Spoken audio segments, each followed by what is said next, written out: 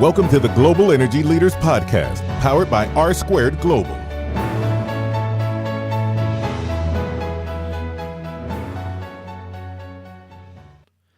Welcome to another edition of the Global Energy Leaders Podcast. As always, I'm your host, Ryan Ray. So good to have you. And today, we're getting into solar energy, but in a different perspective than we had before. We're actually going to look at it from a crowdfunding perspective. And to help us with that, we have Andreas Karelas from Revolve to walk us through this process and kind of tell us what's going on in the industry. Andreas, how's it going today?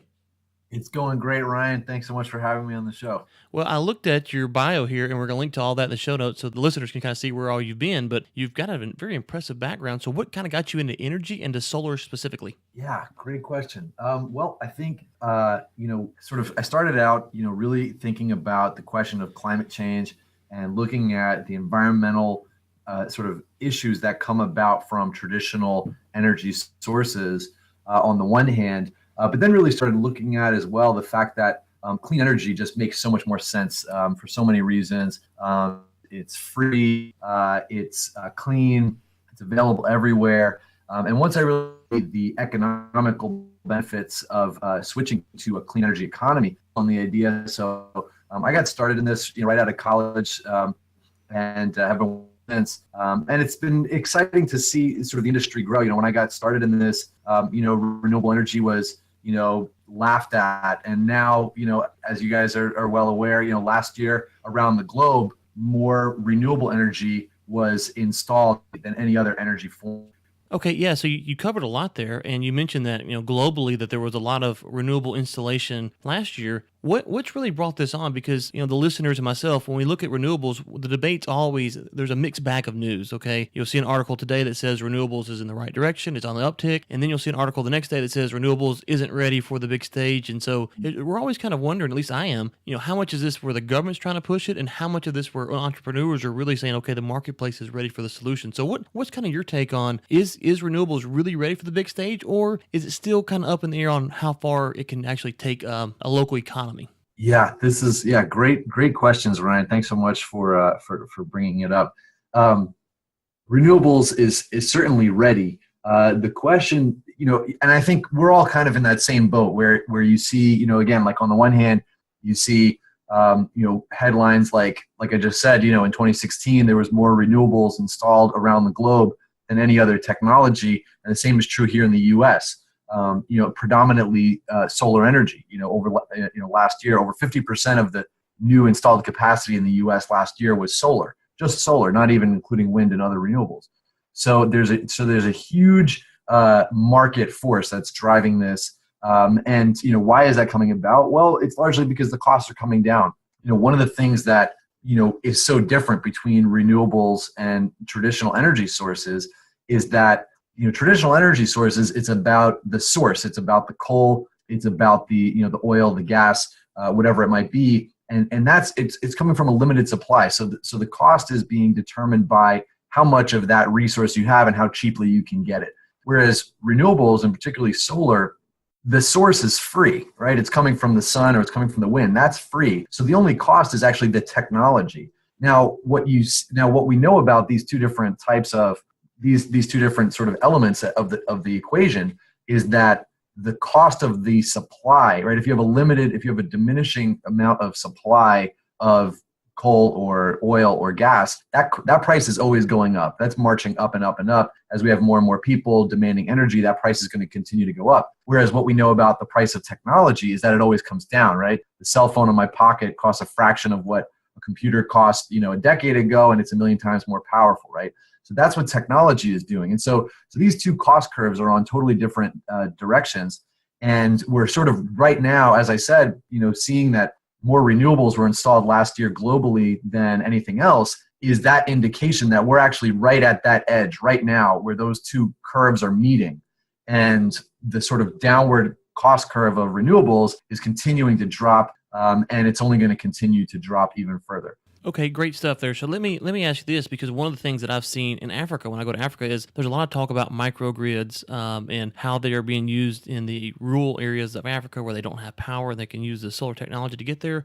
One of the things we've kind of explored on the show loosely is this idea that as some of these rural markets, get these microgrids and they start installing solar and these other renewable options, will they actually ever be on the main grid, or will they kind of be decentralized? So I'm kind of curious your perspective, because we're going to talk about some of your projects here in just a second. And do you see this as a trend where, okay, as the emerging economies come onto the marketplace, where they may never actually have to be in the grid like we are here in the States? That's exactly right, Ryan. I couldn't agree more. I think microgrids are going to be the solution to bringing electricity to the millions of people around the world that don't have access to electricity right now. Because, as you know, here in the States, it took a long time to bring electricity to the entire country, to build what we now have as the modern electricity grid in the United States. That took a long, long time, and it took a lot of effort, and it took a lot of money. And what we're seeing in Africa and other parts of emerging economies is the same thing that's going to happen with renewables, is the same thing that happened with telephones. They don't have landlines and telephone poles up and down the blocks the same way we do here in the States. They essentially leapfrogged that technology and they went straight to cell phones. And it's so much cheaper because you don't have to build all those telephone lines. And the same is true for the electricity grid. Is they won't need to build a big centralized electric grid with big power stations that are feeding power on transmission and distribution lines over long distances. You won't need any of that because you're going to have decentralized, distributed resources like small scale solar, wind, etc., and these small microgrids with batteries that are going to be able to power communities where they need that power. So I'm on the same page with you. I see distributed microgrids definitely bringing power to most of the people in the world that don't have it at the moment. Okay, so let's transition a little bit and let's talk about your company. How did you come up with this idea, and what was the inspiration to kind of move into a nonprofit that I kind of want to call it like Kickstarter? That you probably don't want to call it like Kickstarter. I don't know how you would compare it, but it's crowdfunding. So how would you kind of describe it, and what inspired this company called Revolve? Absolutely, that's a great point, and that is a fair comparison. Kickstarter is amazing, and we love what they did. And essentially, that inspiration did come from some of the examples like Kickstarter and Indiegogo and Kiva, if you're familiar with Kiva. Mm-hmm. Essentially what we saw, I was sort of working in renewable energy and climate change for a number of years. And I essentially looked at the way that the environmental movement was trying to push us to a clean energy economy. And it was essentially by trying to ask the government to help us out. And you know what? I came to the realization that you can ask, you can, sort of push the government, the federal government, until you're blue in the face, and they're going to do what they want to do for a number of reasons. And at the moment, it's certainly not clean energy, and it hasn't been for a long time. So really the question then was, we actually don't need the government to support this transition. We as people who care about clean energy and who care about our communities can actually drive this change ourselves. And so I looked at, what are some options for doing that? And crowdfunding became a very clear opportunity. So looking at how successful Kickstarter and other things like that are, where you've got people from all over the country and all over the world that are coming together around something that they care about. I thought that would be a really great way to engage people. And so we built this model, Revolve, based on that idea. So we actually have, right now, we've crowdfunded 6 solar projects in 4 states in the country, and yet we've gotten donations from people in 38 states and 22 countries. So it really speaks to the power of crowdfunding, that you can reach a very, very large audience of people who are engaged on an issue. And one of the things I want to commend you on is, if you've listened to the show, I know our audience would be aware of this. I always say I'm a free markets guy. I like for the free markets to get in there and to determine what's going on.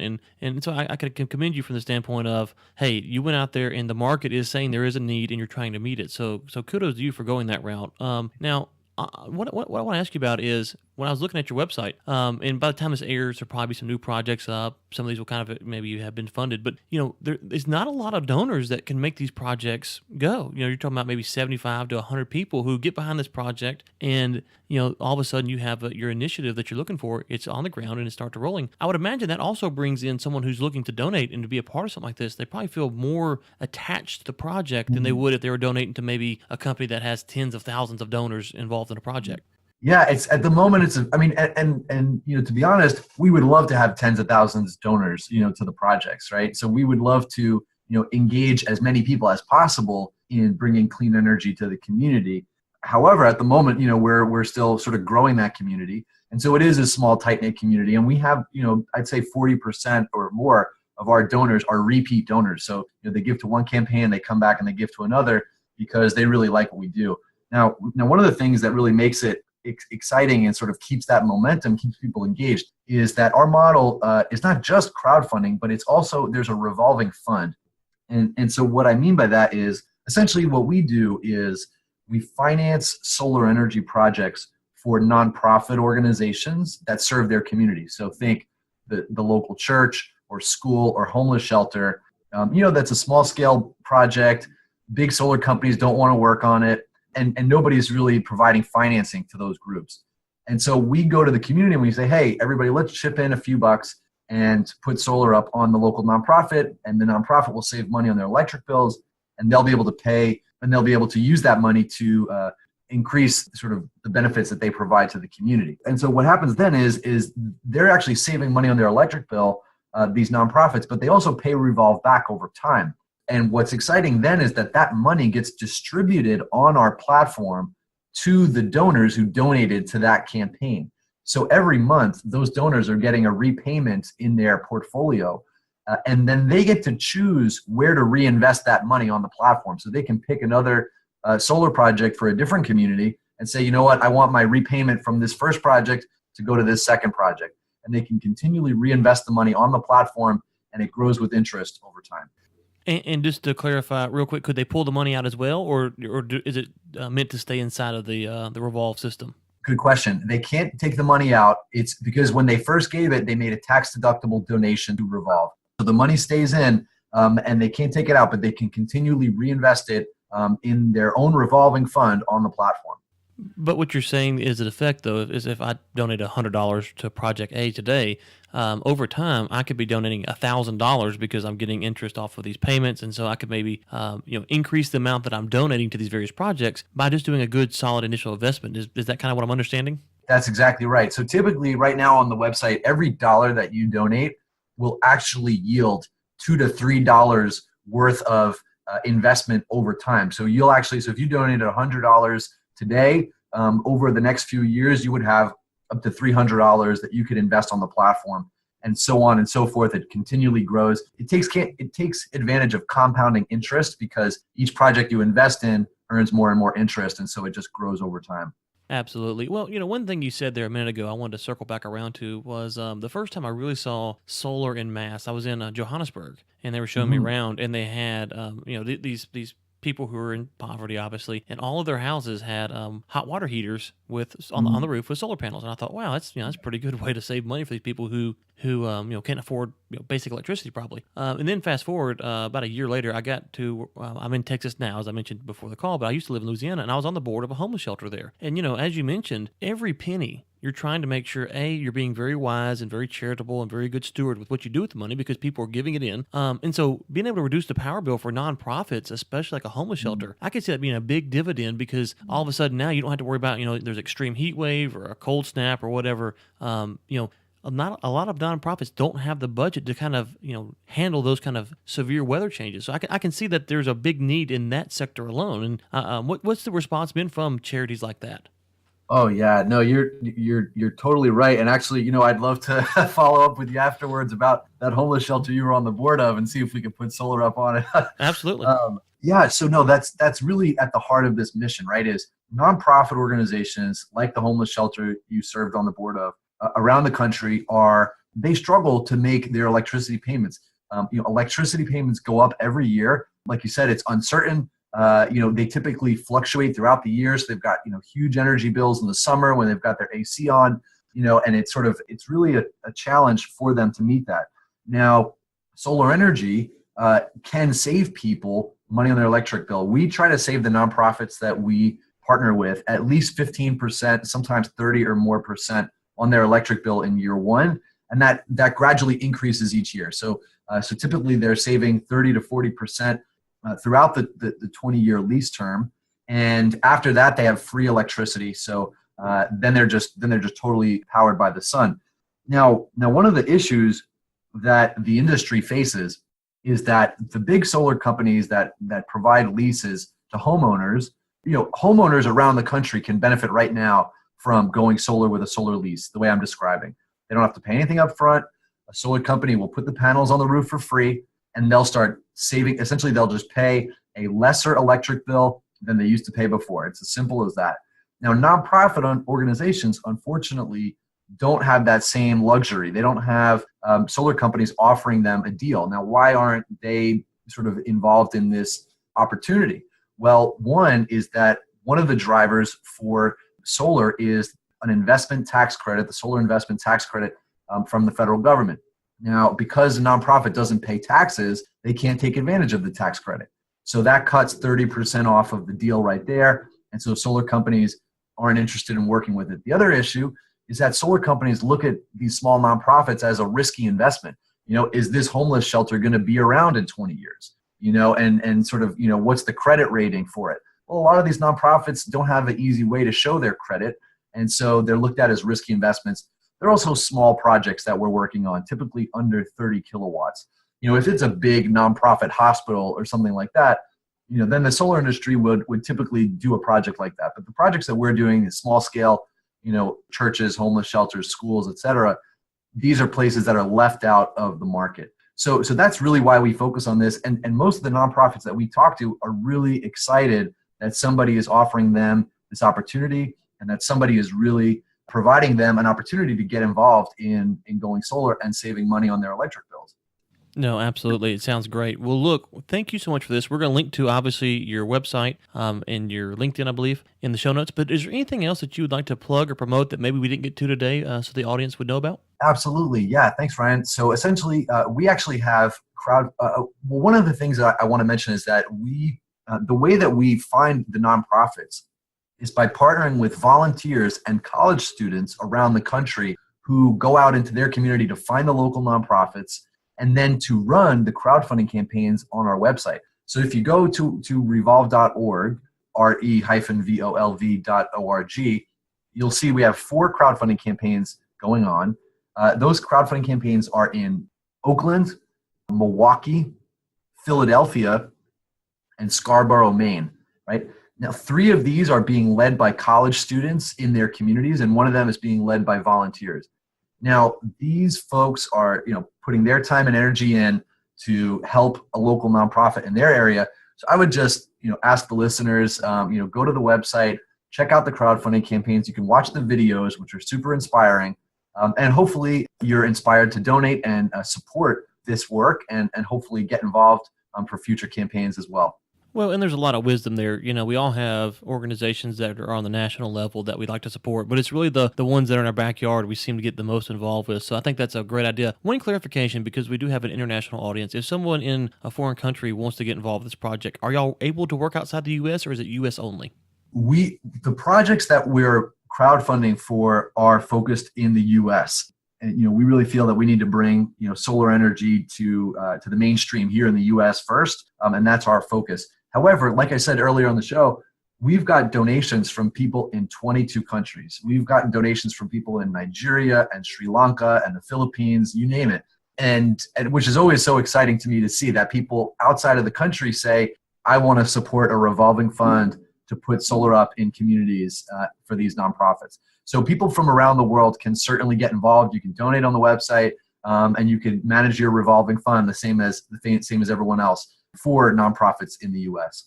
Yeah, and one final thing for our listeners who are outside the U.S., if you're wanting something like this, this is a great opportunity to get involved, to watch the process, and then replicate this in your home country. So it's a great opportunity for you there. So look, thank you so much for coming on. It was great to have you, and look to have you on in the future, and hear more about what you guys have going on down the road. Thank you so much for having me, and I look forward to being in touch in the future as well. Thanks, Ryan.